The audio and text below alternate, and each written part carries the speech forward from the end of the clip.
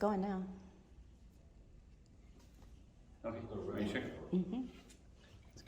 Well, see, thank you guys for keeping some eye on that. I know that we're in the same camp because I can't sit behind it or I would be like, oh, what's that one? It feels crooked. It is crooked. Y'all, it's like a surprise it was Sunday or something today, right? Sorry, you remember one of those days? Yeah, we had that moment in the parking lot. We're like, is the tripod in the car? Anyway, all right. So there's a sweet lady that we went to church with forever. Our hair was amazing. Like it was the tightest, most I don't know, just like it was so much hair in the tightest possible bun you could possibly imagine. But it always was perfect. And every 9,000 bobby pins, she could never go through a metal detector anywhere. And but she was there every Sunday. She was, at that time, she's probably in her 50s. I'm thinking her mom was in her 70s or almost in her 80s, and they were just the sweetest couple. I mean, sweetest mom and daughter. They were just always there together. They were there for every event. They were faithful to give, faithful to participate, and just helped out, just sweet as can be. And you when you're the pastor, you kind of get to know people, and you don't want to be like, "Where's your husband?" You have no idea what's going on in those situations, so you kind of have to gravitate towards that conversation. But eventually we got the conversation about her not driving. And I was just like, well, you never miss church, so how does that work? Because she doesn't drive. And I was like, first off, that's a little weird, but okay. But she said, oh, my husband comes and drops me off. Like, there's my door. Like, well, tell me more about your husband. Well, he doesn't go to church. I was like, that's obvious. And kind of what's the story? Like, well, kind of one of those things. He had this situation when he was younger. Church kind of hurt his feelings and hurt his dad's feelings, and so they just don't really do church anymore. Okay. Well, every Sunday I made a point to get out there before the service for her when he would come and drop her off. And I would just be like, hey, how's it going? Just say hello. That was it. Just say hi, And she had been praying for her husband for, at this point, 20 or 25 years, that God would arrest his heart, and she was the sweetest lady, and mom's a woman of faith, and, been in church, she never missed a Sunday, and he would drive her over there, drop her off, and come to the parking lot and pick her up. And since I'm always done right on time, sometimes he had to wait a minute.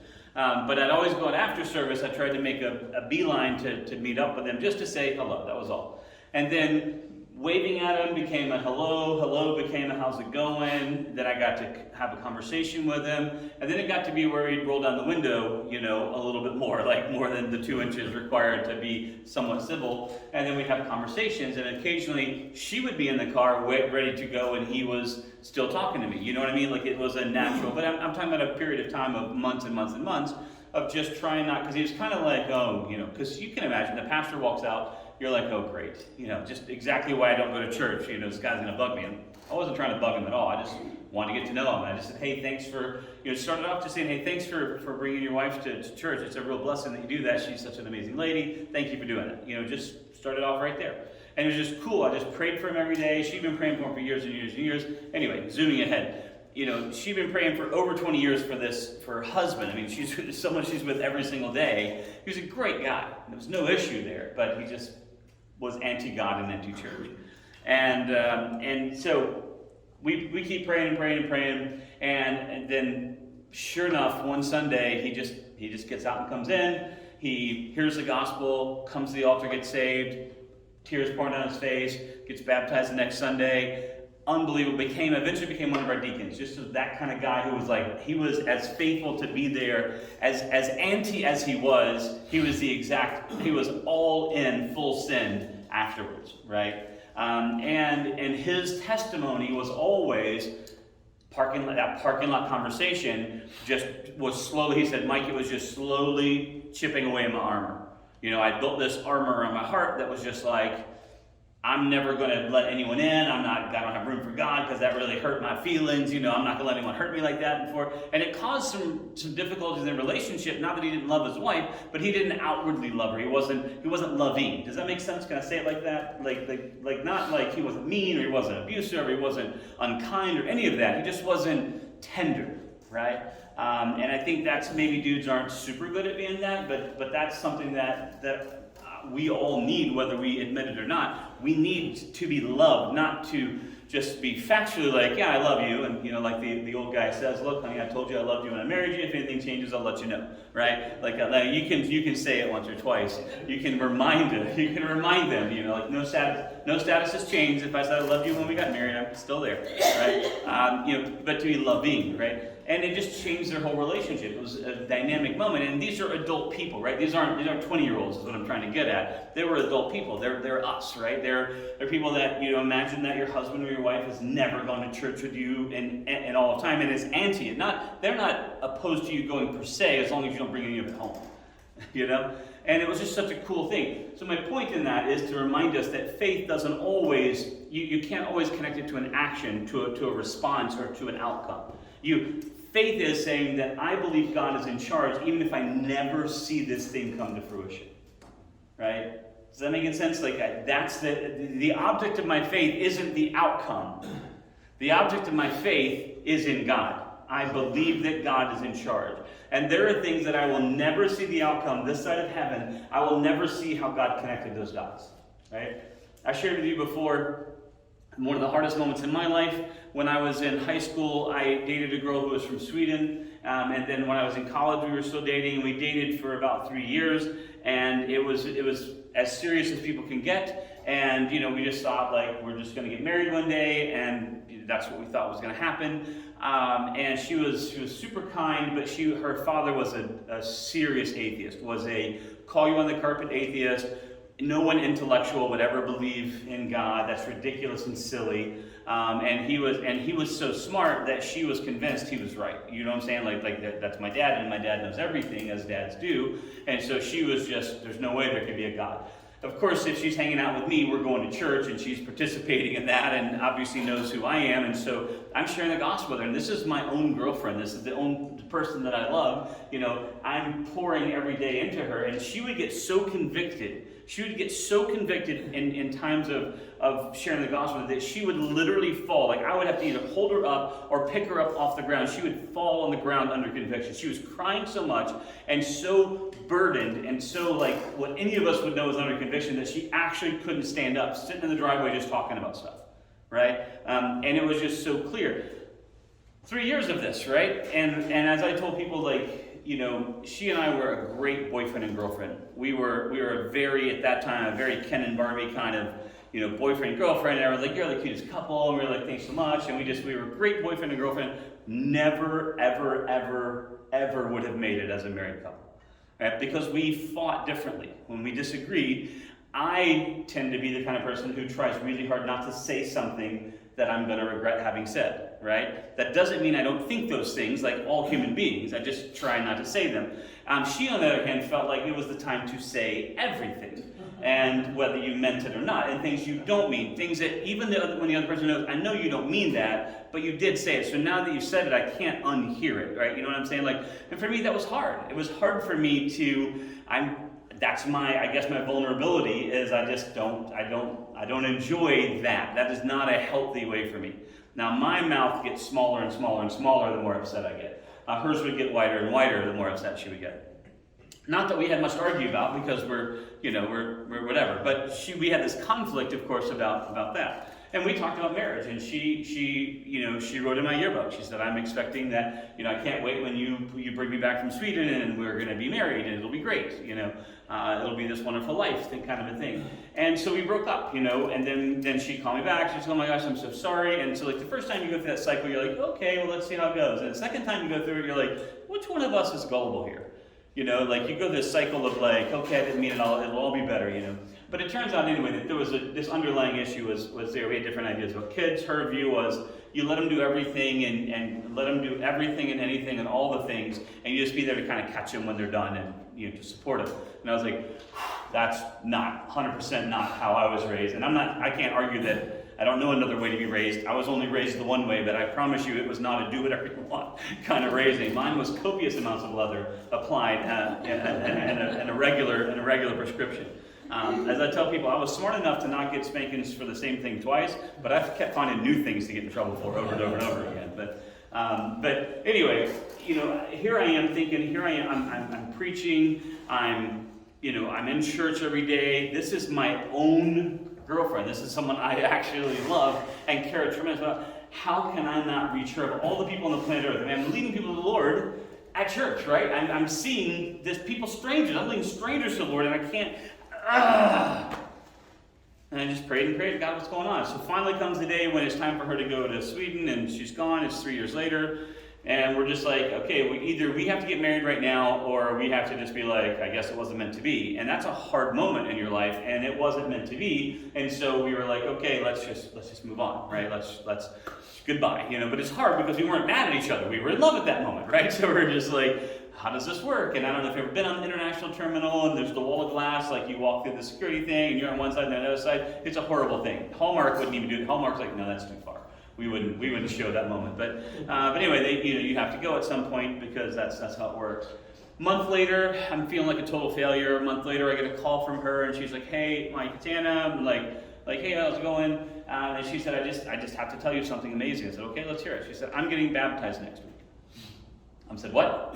She said, "Crazy thing. I'm at home in Sweden, and an American missionary comes and knocks on my front door, and I opened the door, and Mike, it was so crazy. Everything he said was exactly what you have said for years and years and years to me. And I refused to believe, because if I ever surrendered to that, it would have meant you were right. And I just couldn't do that. I couldn't let you be right." And that broke my heart, because I was like, did I project that somehow? But it wasn't. She was like, nope, not at all. That's just how... That was her thing. Like, my issue is that you can't ever be right. So she and I went on a trip with my aunt and uncle to go snow skiing, and she's from Sweden and I'm not. I'm from Georgia, right? And so she's an amazing skier and I'm from Georgia.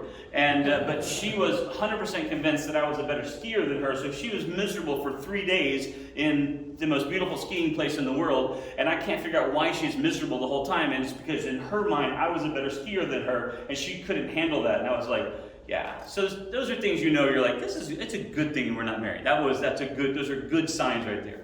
But she just was so convinced, she said it couldn't be. She said, but every word he said was exactly what you had said, and I knew that it was God, because there's no way that two strangers who don't know each other could come and share the exact same message, and it'd be the exact same words and the exact same thing. She said, and so I knew it. I invited him in, we prayed, I got saved. I totally embrace and understand it. I'm getting baptized. I'm joining the church. It's amazing. So her little brother was my age. She was older than me. Her little brother that was my age, I had witnessed to him a bunch of times. Sorry. And he had gotten saved through all of that witnessing, and then through this. Her mom, who was a sweet, sweet lady, didn't speak much English at all, and she was completely convinced that I spoke really great Swedish, because she would talk to me like I was from Sweden all the time, and I was like, I should remind you, I'm an American. Not only American, I'm a Southerner. But she had this beautiful accent, and she's from an area called Småland. If you ever go to IKEA, that's what they call the little place where the kids are, but it's a real place in Sweden. It means small land, right? It's not very hard to translate that Swedish to English. But she would speak to me, but her accent is very much Swedish chef. And so I get lost, she's talking to me, I'm like, I'm not listening to anything you're saying. But like most conversations, you can go, yeah, at the end of it, and you're good. You just kind of keep nodding and go on. Had a conversation with her 6 weeks after that moment. She was back in the U.S. for a minute. She wanted to have dinner with me, and she wanted to talk. I'm like, okay, and we're talking. 100% conversation in Swedish, 100% not from Sweden. That is the hardest I've ever prayed for whatever you believe the gift of tongues to be. I can only tell you what I believe it to be. The gift of tongues to me is not a gift of speaking. The gift of tongues is a gift of hearing. And if you want to challenge me on that, I'm happy to show you anywhere you want to in Scripture. But it's not about what's being spoken, but what's being heard. But my prayer was that, and I will tell you this, I just prayed as hard as I could that whatever I was saying would translate into her heart. And for the first time I could ever imagine it, we had this super intense, and we're not talking about the weather, we're talking about salvation, right? We're having a gospel conversation, which is really challenging in a foreign language, right? But amazing conversation. Anyway, the whole family comes to know Christ and becomes a church family. And my point in this is saying for 3 years, I felt like the biggest failure because I thought faith was a measure of my faith that she wasn't making this decision.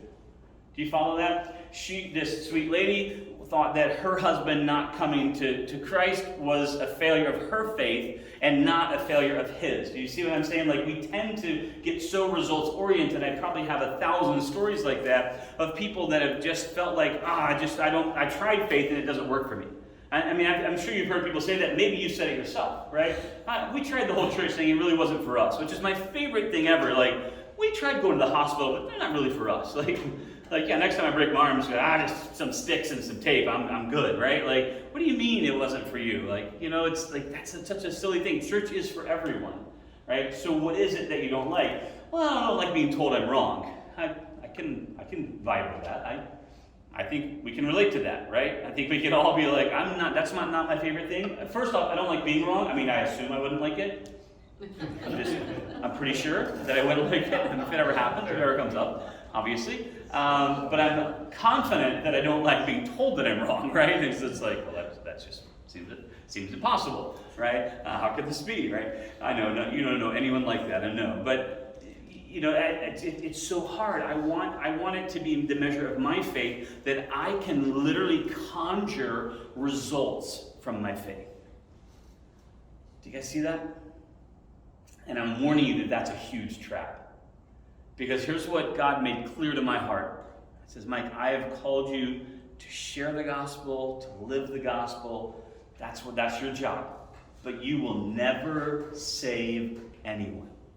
I have never saved anyone. I have been there when people have gotten saved, but I've never saved anyone. The Holy Spirit is the only entity that can perform that work.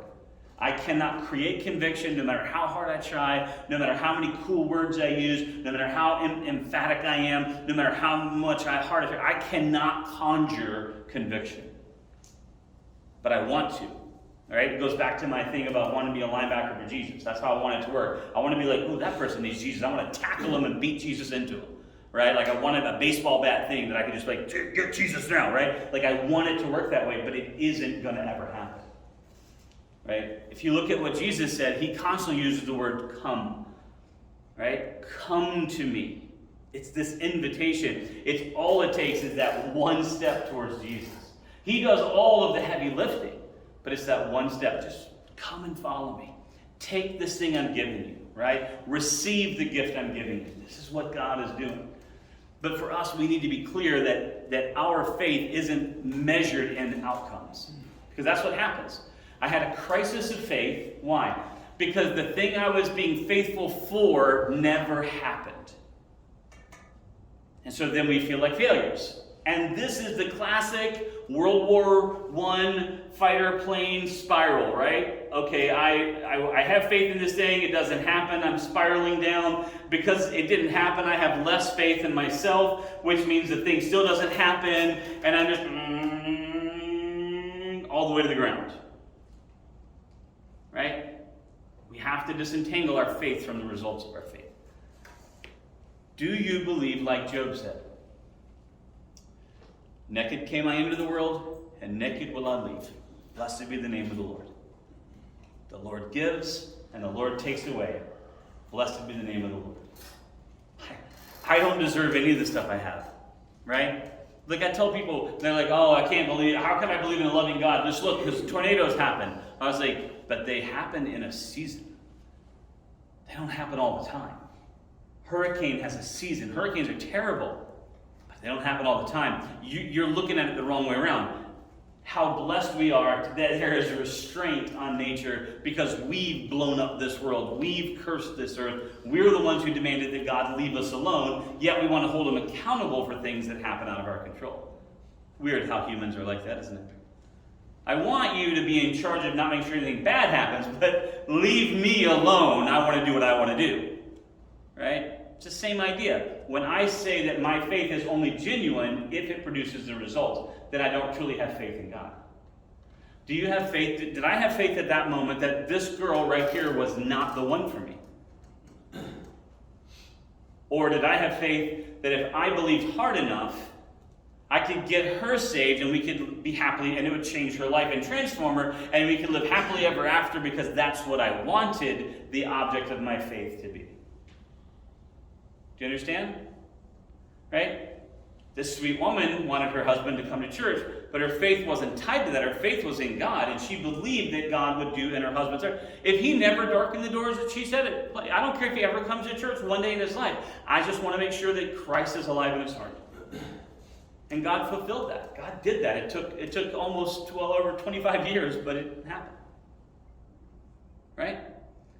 I just want to make sure you don't think from our conversation anything differently than what we talked about last week in the walls of Jericho, right? The last few weeks.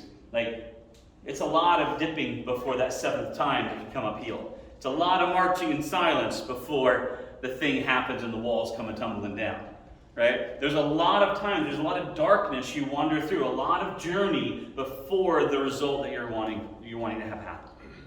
Is that making sense? So we take solace in these verses. Hebrews chapter 12 and verse number 1. You might have been here long enough that you remember me talking about these before, so I'm not going to spend a ton of time on them because this is where I started 100 years ago, right? I know you're like, oh, that was back before the dark ages, before 2020. Yes, it's true. But it says this, therefore we also, since we are surrounded by so great a cloud of witnesses, let us lay aside every weight and the sin which so easily ensnares us, and let us run with endurance the race that is set before us, looking unto Jesus, who is the author and the finisher of our faith, who for the joy that was set before him endured the cross, despising the shame, and is set down at the right hand of the throne of God. I shared with you two small stories in a sea of stories that Mike Franklin, could personally share with you, of times when ridiculous faith was rewarded with incredible outcomes. But in both those stories, the time schedule was not what anybody wanted. Right? And I know some of you have walked through this. Some of you are in the middle of walking through this. Some of you, I know we've prayed about things that we're still praying about. Some of the things we've seen after a year or two, we've seen things happen. Some of us were still waiting on the things we're praying for. I'm still joining you in praying for those things. I'm believing that God can and will do those things that we're asking. But here's what I need you to see. Since we're surrounded by so great a cloud of witnesses, so for us to be witnesses, we have to speak up. I don't know if you're like me, but sometimes you let people out in front of you and you're trying to tell people, like you try to help people. I don't know, my wife says I have an overdeveloped sense of trying to help people. And I want to fix everything. So if there is like something wrong in a whole parking lot of 100 people in this parking lot, I feel like I should do the thing that needs to happen to make this better. I don't know why it is. I just feel like I should help them. My wife's all the time like, Michael, what are you doing? I'm like, well, somebody needs to help these people. They don't know what they're doing. They need Jesus. They need help, right? You know what I mean? Just like little things. And I just like people whose gas cap is still hanging out or the door's still open. I'm just like, it's not a big deal, but you should probably close that, right? I'm just trying to help you. And you're like, why are you honking at me? Get away. I'm like, I'm just trying to help, right? I have an overdeveloped sense of that. I don't know why. But for me to be a witness, I have to let people know. Sometimes I let people out and you're trying to be like honking at them like you should not go right now, like you're doing in two hands. These are all I have is just a two. Stop, and you're honking like do not go, and they go anyway and hit a car right in front of you, and you're just like, what are you doing? And most people right there, you're just like, oh, I know what I would have done. I would have done this. Because if I didn't see it, I don't have to stay. I don't know what happened there. But if you saw it, now I have to stay. It turns out you can't be a witness if you don't speak up. Right? So the first part of this cloud of witnesses is that's y'all. You need to speak up. What is God doing in your life? In moments of low faith, moments when you feel like, is it working? Right? All of us have had Zoom calls. We've all been on there where you see someone who's saying something profound and they're just like, you're muted, dude. Like, you see that red icon with a microphone with a red sign? Dude, just unmute. No. You're like, yeah, we can't hear anything you're saying. Mute. We've got to speak up. We've got to be the ones saying, God has great stories. God, Even when we're the ones that low faith in that moment, we internally have enough cloud of a witness of our own life to say, man, but God has been faithful so far for so long in so many things. Why would I think he'd abandon me now? Why would I think, just if there's no other people in the cloud, I'm just the only cloud that there is, I just have my own life as a witness, how could I possibly doubt God when he's done so many amazing things in my life? If that's the only witness we have, man, let's let it ring to the heavens. Let's shout it out, right? I can tell you there are times in my life when I have been at the bottom of the bottom of the bottom, and I am driving down the road and a song comes on the radio, or I'm listening to a CD, or if you guys remember tapes back in the day, I'm listening to something and a song comes on that God has used to minister to my heart, and I just lose it right there. I'm just driving down the road, tears streaming down my eye, hands up, one's on the wheel, probably me, I don't know, something's on the wheel.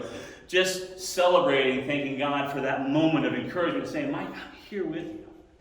Right? I'm here with you.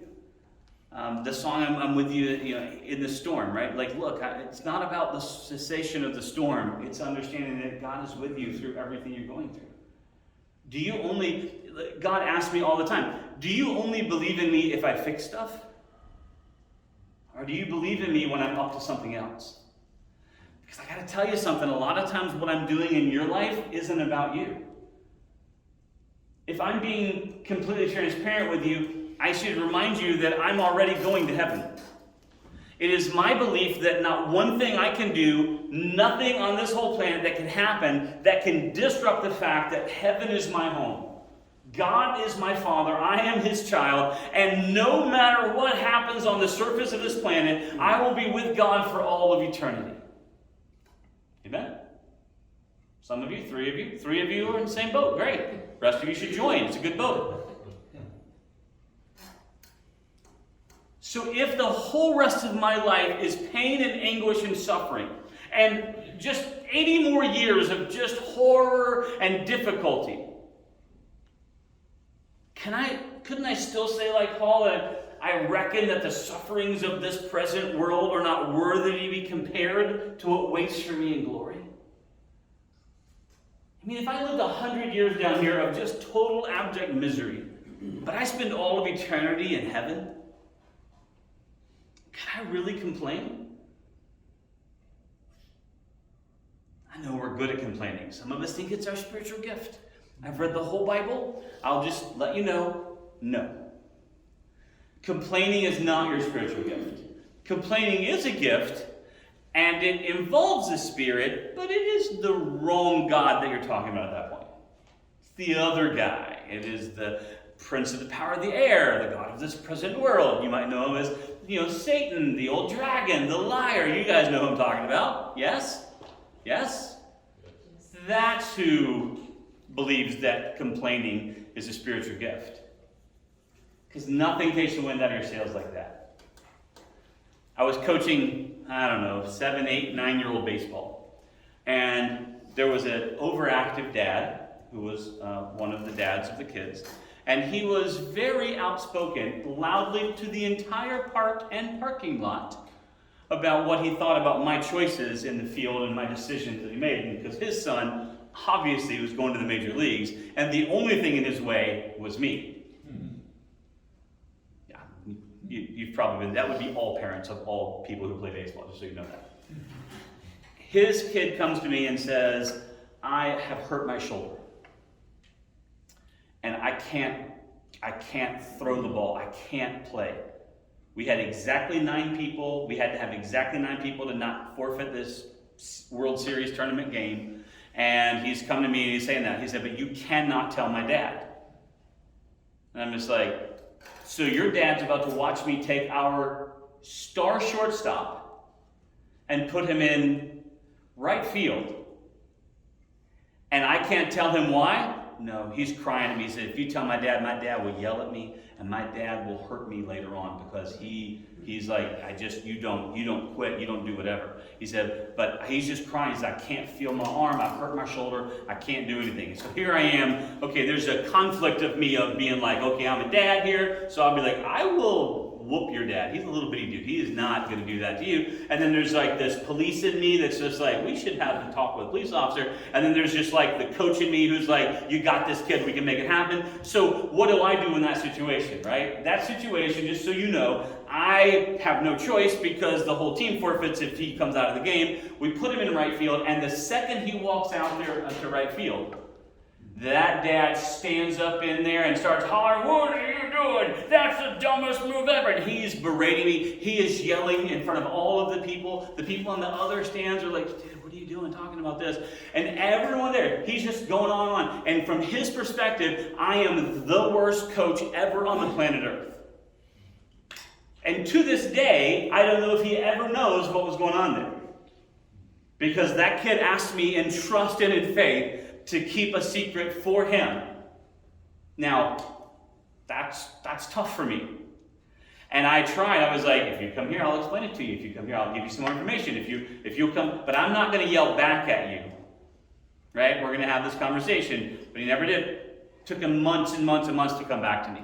When he did, he came back, and the dad was very, very, very humble about coming back to me and apologizing. But in that moment, everyone on that field, because all the witness was that I had just made the dumbest move ever. This kid who was a star shortstop, who was our key to our defense, right? We just put him out there in the middle of nowhere so that, nothing's going to happen, because he doesn't know what's really going on. And I am doing the thing to help that kid the most I can. Can I tell you, I got to be honest, that has to be what God feels like a lot. You're over here barking and yelling about what you think is happening, and God says, man, there's so many layers to this onion you don't even understand. I am up to stuff you don't get. You want to be out of the hospital, but I need you in the hospital. You're already going to heaven, but those people you're going to witness to in the hospital are not. So you think that because of a lack of faith, you ended up in the hospital, and I'm telling you, because of an increase of your faith, I can put you where I need you to do the job I have for you. If you would just quit whining and complaining and say, I bet the coach had a reason for that. Maybe I, as a reasonable adult, should walk up and say, hey, Mike, hey, everything okay? And I could be like, we just need to do this move. It's the best move. Trying to take care of your kid, just making sure we don't get worse injury, things like that. Right? But we don't do that. What's our first instinct? What do you think you're doing? God, what are you doing? What kind of God are you? And I've told you, this is my witness, right? I came to a point in my life where I needed to rededicate my life to the Lord. And I said, okay, God, you can have my whole life, everything. He says, the whole thing? I said, everything. You mean everything? Everything. The whole thing? Well, I don't know how to say it. Well, yeah, everything. Great. 5 key areas of my life, God erased all 5 of them. I was going to a good school. Nope. They were like, you shouldn't come back here anymore. I had a good job. They were like, we don't think you should work here anymore. I had a good girlfriend. She was like, I don't think we should date anymore. Right? I had a whole set of friends. They were like, yeah, we don't really want to be friends anymore. Right? All these life changes, things that because I wanted to live for God, those 5 key areas of my life were just removed. And 6 months into this whole thing, I was like, hey, I have a question, God. I think I was doing better than you. Because without you being in the pilot seat, I had like a girl, and I had a school, and I had a job, and I had friends, and I had a life, I had this stuff. I mean, it was going pretty well. And I'm so grateful that God is so much more patient than I am. He said, just wait. Just wait. Within that next 6 months, God replaced all 5 of those things with permanent parts that are still part of my life. The school I went to, and this is a story that I can only tell many years later, the school after that school, because I told you I went to Georgia Tech, and Georgia Tech, they're all like, you have to pass your classes, you have to show up, you have to take tests, and I was like, but I'm having so much fun. And so I told you, I made the dean's list every semester at Georgia Tech. Like I said, the one he keeps in the drawer, and he has conversations about college isn't for everyone. That conversation, that dean's list, not the good one, the other dean's list. Like, these people need to go. Went to Southern Tech after that, which is a pretty common exit route. And I thought, I don't know if this is going to work out. I'm settling for this thing, right? And God just arrested my heart there, and amazing things happened. I got involved with student ministry. things are amazing. But even when I've told that story, the story I'm telling right now about that one piece of it, at that point, I wasn't where I am now, which, by the way, is exactly right back there on that very campus, teaching that very class to these very students. God was like, I got a plan, man, just relax. But I'm telling you, I have told this story before that part of the chapter was ever revealed. Do you get what I'm saying? Like, it was already cool then in what God was doing. So 6 months after that, God had replaced with everything that was the right stuff, the good stuff, right? And God had made a change in my life, and it was amazing. And I was incredibly grateful for it. But my point is, in the middle of that, I had my own crisis of faith of thinking I was doing a better job than he was because he had to get rid of all the junk in my life. And I don't like weeding. I just think we should change our mind and say that grass is a weed and weeds are flowers, and we should just move on. And just be like, look how great these things grow like weeds. This is awesome, right? This stuff grows like grass. It's awesome, right? This is the way we do it. Because when you pull a weed up, I tend to be a weed whacker, weed eater, like that, and that's okay. All it does is just spreads the juice, so they just grow up more and all the. We put down all the blocker. I know someone's gonna be like, you should put blocker down. Like, I think that the weeds love our blocker. They're like, oh, nutrients. They just love it, and I understand it. But they will find a way. Like I said, I have climbed stone mountains, so I'm just going to tell you that you can tell me whatever you want to, but I'm going to tell you that the stuff's going to find a way, right? Because there are actual pine trees that grow in dirt that accumulates from rainfall running down a granite mountain. So I'm not going to buy your little story about you just need to try X, Y, or Z, right? Okay, sure, right? It's just how it is, right? We like to feel like you don't pull that stuff up by the roots. It doesn't make a difference, right? When you pull it up, you can't just break it off the top. You gotta pull it out by the roots, right? You gotta get it all out of there. What God had to do in my life was pull it all up by the roots, right? He had to get the junk out of there, and that's painful. I'm gonna just be very plain with you. That was painful. I thought the worst thing I ever did in my life was break my left wrist.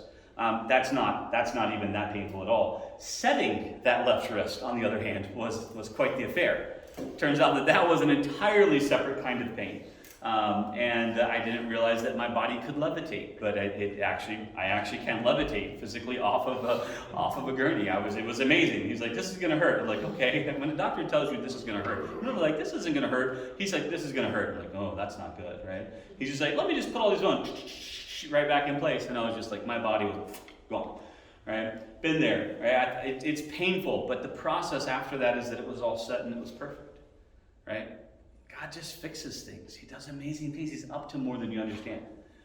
Seeing that we are surrounded by so great a cloud of witnesses, let me ask you to do 3 things. First, you got to be a witness. I got to vocalize. And you don't need to be a witness of conclusions only. You can be a witness of what you're going through right now. Right? In our collection of friends, we've had an interesting couple of years. We've had some victories. We've had some hard times. In just our collection, just us, just the people that are right here. We've gone through some stuff. I'm willing to bet we're not done. I think we're going to go through some stuff. So we have a choice to make in the upcoming year that we can be super silent and be like stoic, like, how are you? We're fine. No one buys that, right? Or we can be real, like, man, I'm struggling. I mean, is it okay with you guys if I stand in front of you some weeks and say, I'm struggling this week? Are you willing to accept that? Because I'm going to tell you there's a ton of pressure to whoever's standing here that everything has to be perfect. Who are you to teach me if you don't even know what's going on? I am a student like you. I am a disciple. When Paul said, follow me as I follow Christ, he wasn't bragging about himself. He was saying, hey, join me on this journey. You're not following me because I'm the end. You can follow me as I follow him. You can join me in following Christ, but I'm not the object of your faith. Don't idolize me. Right? I'm not asking you to live your life according to Mike or emulate your life after my life. I am telling you as a fellow journeyer, as someone who's walking right alongside you, who's walking right beside you, who's walking in the same journey and going through the same struggles, I'm happy to share and be part of our own little group therapy here. But I'm not done. Are you willing to accept that? Let me ask a harder question. Are you willing to accept it of you? Are you willing to be okay in the middle? Hey, God, I'm struggling. I'm super frustrated right now. I'm hurting. The thing that happened that I'm sure you could have prevented, you didn't prevent, and I'm a little bitter about that. But I know that all things work together for good for those who love the Lord. I know the plans you've made for me, plans to prosper me for my eventual good. I know, God, that you're not going to leave me or forsake me. But right now, but I'm going to trust in those things. That is a real witness. So my first request of you is, can we be a witness? Can we speak out about what we're really going through? Can we really be real people who struggle? Because I'm going to tell you, I don't struggle with knowing who God is, but I struggle with wondering why he could ever love someone like me.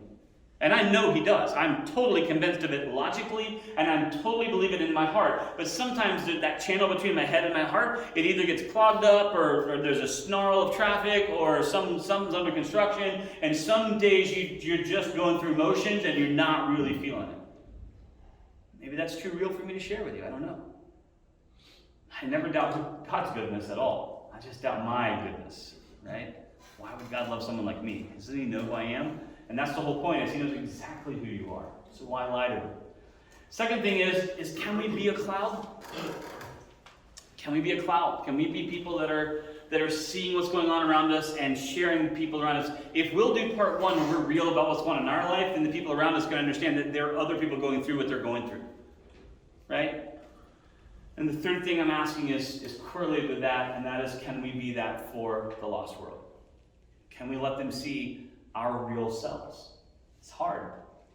I don't know if you're like me, but if you've ever been in a corporate work environment or a business work environment, once they find out you're a Christian, it's almost like the hardest day ever, because then everything that happens, they're like, oh, we'll ask Franklin to do it because he's a Christian, he'll do this thing. Or, oh, you can't be upset about that because you're a Christian. Or everything comes back to that. It's the craziest, silliest thing. It's like, I didn't say that I was an alien or a robot. What I said is that for eternity, I'm going to spend my life with God in heaven, and you're invited to come along, by the way. But that doesn't mean that everything's fixed here. I struggle and fight like everyone here. I just don't have to do it alone. Amen? You guys understand? But can we do that? So it's threefold. The first witness we need to be is to ourselves. Can we look at our whole life instead of just looking at this moment? God, you've been so faithful for so long. Why am I having a crisis of faith in this moment, when I have years and years and years and years and years of experience with you, showing me that you're faithful? Help me. Remind me of that. Put that in my mind, and not this current crisis. Right? Second is, can we be real with people around us, the people that we love and trust? And third is, can we be open and share with people outside of that, outside of our faith?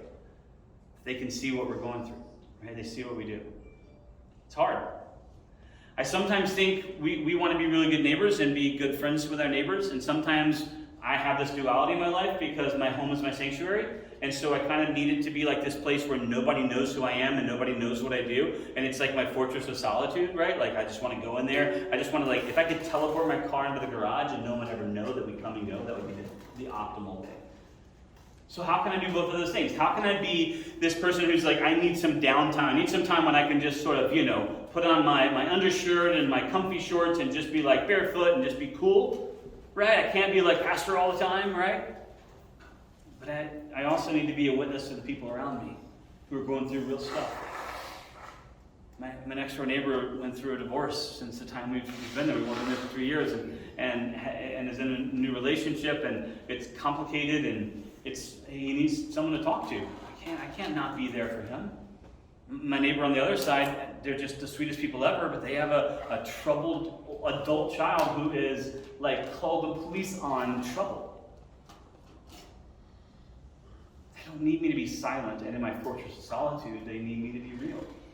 So I'm like, God, I need to be both of those things. I need you to help me do the things. I need you to do this stack of 3 things. I need you to remind me of what you're doing. I need you to surround me with what's going on. I just need all of these things.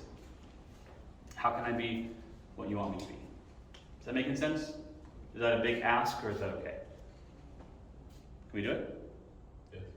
Because if we do this, if we can be the cloud of witnesses, then we can run the race with endurance. And these are the things that God says to let you know how life is going to go, just to let you know. you're going to need endurance. Endurance isn't what you say like, hey, how's it like working here? Well, you can endure it. Oh, I certainly want to work somewhere I have to endure. Right? Right? But that's what it means. It means, hey, this is going to be a hard race. It's going to be hard. There's going to be enemies and bad guys and difficulties and obstacles. There's going to be a lot of stuff coming your way. A lot of things coming your way. Run it with patience. Enduring it. How do you do it? You do what Jesus did. All the people in his life kept trying to convince him that he was wrong. Everyone. His mother came to him and said, Jesus, fix this problem. And Jesus was like, it's not my time yet. Like, you know my mission, and here you are telling me that you need me to do a little quick party favor. He does it, but he didn't do it because it was the right time to do it. Right? Even his own mom was like, hey, you need to hurry up and do the God thing. We need some God stuff over here. We need God things happening over here. Your little sister's crying. Can you go make it stop? Well, yeah, I can, but you don't want that. Right? Like, what are you talking about? Right? I mean, even the closest, his disciples were constantly, one of his disciples who absolutely loved him completely betrayed him, thinking that was going to force him to show his God muscles. Do you understand? Like, no one was on his side. He even says it. Hey, can we go stay with you? He says, look, the birds have nests and the foxes have holes, but I don't even have anywhere to lay my head down. I mean, you say you want to come with me, but do you even know what you're asking? Stones are my pillows and the dirt is my bed. I don't have any attachment here. I don't have anything to give. I don't have any money. I don't have any stuff. I don't know what you think you're following. But for 3 years, they walked everywhere with Jesus, and they never once understood who he really was. But they said, look to Jesus, who for the joy of what was going to happen, endured the journey to the cross. Why? Because he knew it was going to bring. He knew it was going to happen. So let us run that race with patience. Let us be those people. Let us look like Jesus. Hey, look, Jesus didn't have an easy life. He was God. Still is God, but he was God in the flesh, walking among us, and his life was a struggle. We can't hope for more. He said himself, in this world you'll have tribulation, but be of good cheer. I've overcome the world. It's going to be hard, but I'm going to be with you, high and low. No matter what you go through, I'm going to be there. Yea, though I walk through the valley of the shadow of death, I'll fear no evil. Amen? And this is the context of what God is asking us to do and to be. Is to be this cloud of witnesses, to run this race, to recognize that it's worth it in the end. My mama and papa never had 2 nickels to scratch together. They never had change dangling in their pocket, because that would require more than 1 coin. Right? They lived a simple little house in Grant Park. I know you're like, Joe's like, whoa, that's good real estate. It wasn't then. Then it was, you drive through, you roll up your windows and you lock your doors. It was it was the sketchiest place. You literally like drug deal, turn in grandma's driveway. Like, that was how it was. And I've never met 2 people who were more fulfilled in their whole life. They were so much better at living than we were. With all the stuff we have, they were still way better than we are. Why? Because there's nothing here on this earth that mattered to them other than stuff that was related to God. Loving their boys and loving their girls, loving their family and taking care of their fellow man. My papa talked the city of Atlanta every time they paved a road. When they had extra asphalt left over, he talked them, that's just who he was. He talked them into coming and dumping it on his property. Where do you want us to dump it? Right here, right? Yeah, right here in this curve right here. And so he had a gravel driveway that was a 3/4 of a mile long gravel driveway that ended with the most beautiful asphalt you've ever seen in your life. Paid for by the city of Atlanta, the taxpayers, who were like, we got to dump this somewhere. Where he dump it? Just dump it here. He'd get out there with a rake. I've never seen one work asphalt with a rake, but he would do it. Sit out there and do it. Wrap a wet towel around his neck and do it, right? It's just that kind of guy. Like, this is my happy place. It wasn't perfectly smooth, and it wasn't the optimal situation, but it was just who he was. He was so happy. He used to sweep his dirt. I've never seen anyone sweep dirt before.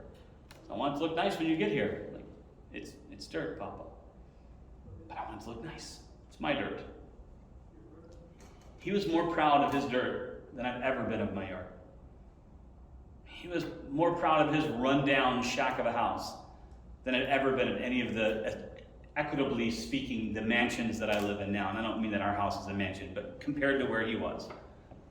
He was happier driving the oldest jalopy you've ever seen. And I don't mean a nice, like, classic car. Like, classic implies it has value. None of these have value, right? These are like recycled Pintos that had been through and rear-ended and blown up, and they just put a new gas tank in it and carried on. You know what I'm talking about? Like that kind of a thing.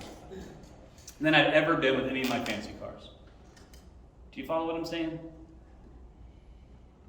Can we do that? Could we just change our perspective and our value system and say, well, what does God think? How does God value it? How does he see it? Right? That's what God's asking. That's what faith should do. It shouldn't produce results in our life. It should produce a life in our results. No matter what the outcome, I am living for Jesus. Right? Getting a PhD is non-trivial. Okay? And I had to do it with a lot of extra things going on in my life. And I just kept wondering why things, because I'm the kind of person, like, I'm good at relating to people. And the only person on the planet Earth I could never relate to was my PhD advisor. She and I had totally different brains. She's brilliant. In fact, she's literally now in charge of all the AI for the whole government. She works in Washington. She's the chief of all AI for the entire U.S., the entire AI movement in the U.S. She's now the chief officer of all of that. Right? So she's clearly brilliant. But she and I, totally different. I would be like, here's this really great idea. And she's like, I don't see how that's going to work at all. Like, I'm pretty sure it's a good idea. She's like, it's not going to work. It's already working. I actually already finished it, and here's the result of it working. That just can't be. Here it is, right? It's just funny things. And my wife would tell you, like, it was like the most, like, thing. I've never been like that. I've never not gotten, like, had great connections with people, right? And she's a dear friend, and she's a sweet person, and we have a good relationship. But she just always felt like, I was just sort of like, this was a hobby for me. I was like, I moved my wife and all my kids here, and I have no money. This is not a hobby. This is a crazy career move that only God could orchestrate. Right? I can't have faith in the results. What God worked out, the way my whole PhD journey worked out, is ridiculous. It's completely ridiculous. And there are many times along the way that I could have quit and been completely happy. And God was just like, I need you to hang in there. I needed to have life in the results, not results for my life. And so in the middle of it, I said, hey, God, what do you want me to do right now? Because I can't finish this thing right now. What do you want me to do right now? And God said, I need you to talk to this person right now. But I have an assignment due at midnight. Yep, that's true. Also, you knew it was due in 6 weeks. And so why weren't you doing it then? Right? Yeah? Like, but that's not how it works. But I need you to talk to him. Okay. And I'm talking to him, counseling, we're doing conversation. I'm like, it's 10 o'clock. I'm like, I could probably get it done in 2 hours, maybe 2 hours. Then it's 11 o'clock, and I'm like, hey, God, I want to talk to this person. I need to do this thing, but that thing is due in like an hour. You know that, right? Like an hour, Earth time, right? Just kind of help me understand. And then it's 12:30, and I'm still talking to the person, and the thing's just not there. And it's not there. It's not done. I said, you know what, God, what's up? He said, this person matters for all of eternity. That grade doesn't matter even for one semester. It's just stuff, man. Don't fall in love with stuff. But I like to have all A's all the time. All A's. They would just make fun of me because I would get a 96 on a test and I would have questions. Like, are you sure this is right? All right, because I'm pretty sure this question you marked wrong is right. And my professor, like, it's a 96, dude. You can only get an A. That's all you can get. Like, if you get a 99, it's not an AAA, it's still just an A. Like, yeah, but those are my points, and I'm stingy about my points, and I want my points. I don't want, and if I'm wrong, I'm fine. I'll admit it, maybe theoretically, but boy, I really want. Those are my points. Right? God's like, just relax. It's not a big deal. No one's ever going to care that you turned in an assignment 3 days late one time. No one's going to care. But that person whose life you changed tonight by letting the power of God flow through you into their life and resurrecting them from their death and decay, they're going to remember you for all of eternity. All right, God, you win. That's all I'm asking. Join me on the journey. I can't promise any results. I can just tell you God's in the journey. He's not really in the results. He's just in the journey. And where God takes you might be different than what you thought. It might be different than what you want or what you expect. But can I tell you, it'll be never be different than what's actually resonating in your heart. Because that is actually what God does. One of my favorite King Jamesian verses or phrases is the desires of your heart. Do you know that's what God wants to grant, is the desires of your heart? Right? He understands not just the things you like, but the things that are your heartbeat. Like, I love this. Right? So I pray that God will produce those results. The results will come. It might take longer than you think. It might take a different route than you think. It might be a different way than you think. But let's have life and then let results happen. Let's be faithful to who God is. So God, I just trust you. I'm super confused. I'm super frustrated. I'm overwhelmed. But I trust you. Help me to trust you more. Right? Increase my faith. Show me what you're up to. Let me see it. Let me be a part of it. All right? Let's pray. Heavenly Father, I'm so grateful for all that you do for us. Lord, I really pray that today's message will resonate in the hearts and lives of everyone here, that we'll really understand our need to recognize that you've already done more in our life. If you never do anything else in our life, you've already done enough for us to believe in you for the rest of our lives. Second, God, we need to be a witness of that. We need to be telling people in our faith group about that. We need to let the people in our Sunday school classes and our church know that God is up to amazing things in our life, to remind them that God is working. He's still there. He's still doing incredible things. And then finally, God, you need us to be a voice speaking out to the world. God, the world needs to hear about Jesus Christ. So help us, God, to be witnesses to everywhere we go, the uttermost parts of the earth. Let us be a witness of that. God, I'm so grateful for your faith in me, which overwhelms me. That you care about me and believe in me blows my mind. But I'm so grateful for it, Lord. I ask you to help me to have that kind of faith in you. I love you, God. I pray that you'd help us all, lead us, guide us, and teach us and show us. In Jesus' name we pray. Amen.